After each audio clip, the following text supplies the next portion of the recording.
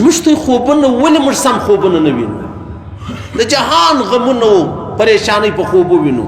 هغه وجه دا د عاجزانو چې زما او ستا ورځ شروع کیږي هم د الله په نافرماني او چې زما او ستا ورځ ختمیږي ماخستن پرېوځو هم د الله په نافرماني زموږ تر ټولو اخرنی شی چې موږ پرېوځو هغه د موبایل کتل دی یا فیسبوک یا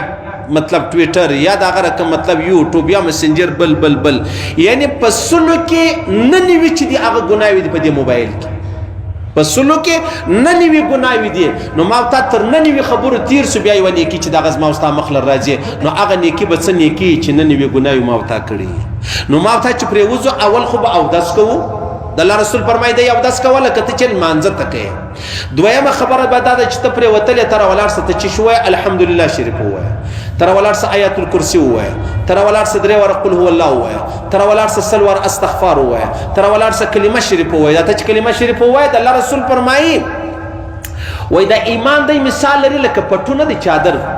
هغه چې خرن سي هغه کار باندې سوي هغه څنګه ولاړ سي ختم سي نو ته چې کله دا کلمه شریف وای دا ستا ایمان داسې صفاسي لکه ته چې دا چادر دا پټو دا کپڑے بیرته په سر په باندې پرېږدي زما ستا ایمان داسې تازه سي نو چې زما ستا سهار راپورته سوم له فیسبوک شروع ده او چې ماخستن پرېوتو هم له فیسبوک ده نو زما ستا به ژوند څه ژوند دی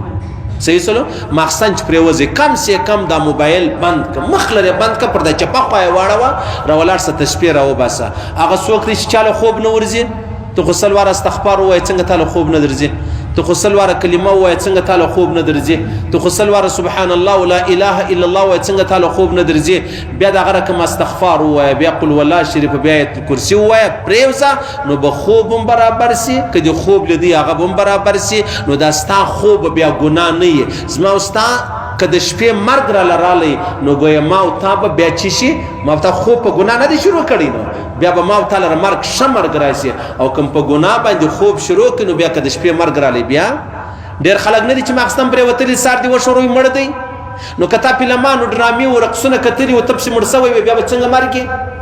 او کتا کلمه و درود و الحمدلله و آیت کرسی ویلې و سوره ملک ویلې بیا به څنګه مرګې په ښکاره خبره ده الله رب العزت د کلمې مرګ را نصیب کړي الله دې د ایمان مرګ را نصیب کړي الله دې د الحمدلله مرګ را نصیب کړي الله دې د سوره ملک مرګ را نصیب کړي الله دې پر اوداسه مرګ را نصیب کړي الله دې هغه مرګ را نصیب کړي چې څنګه د الله خوښ شي د الله چې کوم خوښ مرګ دی هغه دې الله مستر نصیب کړي خیر عزیزان الله دې ویل اوریدل قبول منظور وګرځي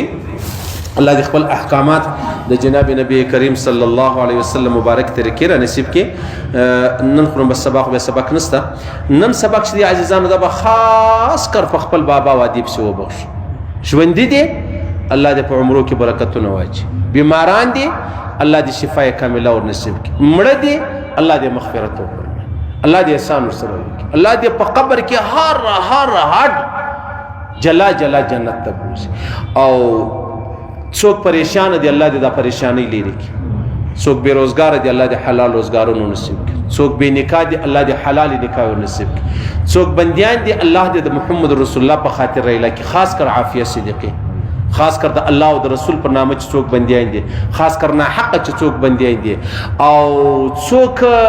نور مشکلات دي او الله سره خبر دي د الله د خپل وحدانیت په خاطر دی الله ټولي پریشانی لري زموږ په وطن کې دی الله امن راوړي زموږ وطن دی خدای نه را خرابوي زموږ وطن دی الله نه را نړوي زموږ د وطن دشمنان دی الله تباه کړي زموږ د وطن دشمنان دی خدای ورک کړي خدای دې زموږ وطن داسې راته ښایسته کړي لکه ګرد دنیا چې وچاته ښایسته ده افغانستان دی الله نه خرابوي خدای دې نه نړوي خدای دې نه ماتوي د افغانستان دشمنان دی خدای ورک کړي د افغانستان دشمنان دی خدای ورک کړي د فلسطین دشمنان دی الله تباه کړي د بیت المقدس دشمنان دی الله تباه کړي د سعودي د حرمین دشمنان دی الله تباه کړي الله دې ویل اوریدل قبول منظور وګرځي الله دې پر دې تور مشتمر راکړي چې موږ مرو دا ویلا اله الا الله محمد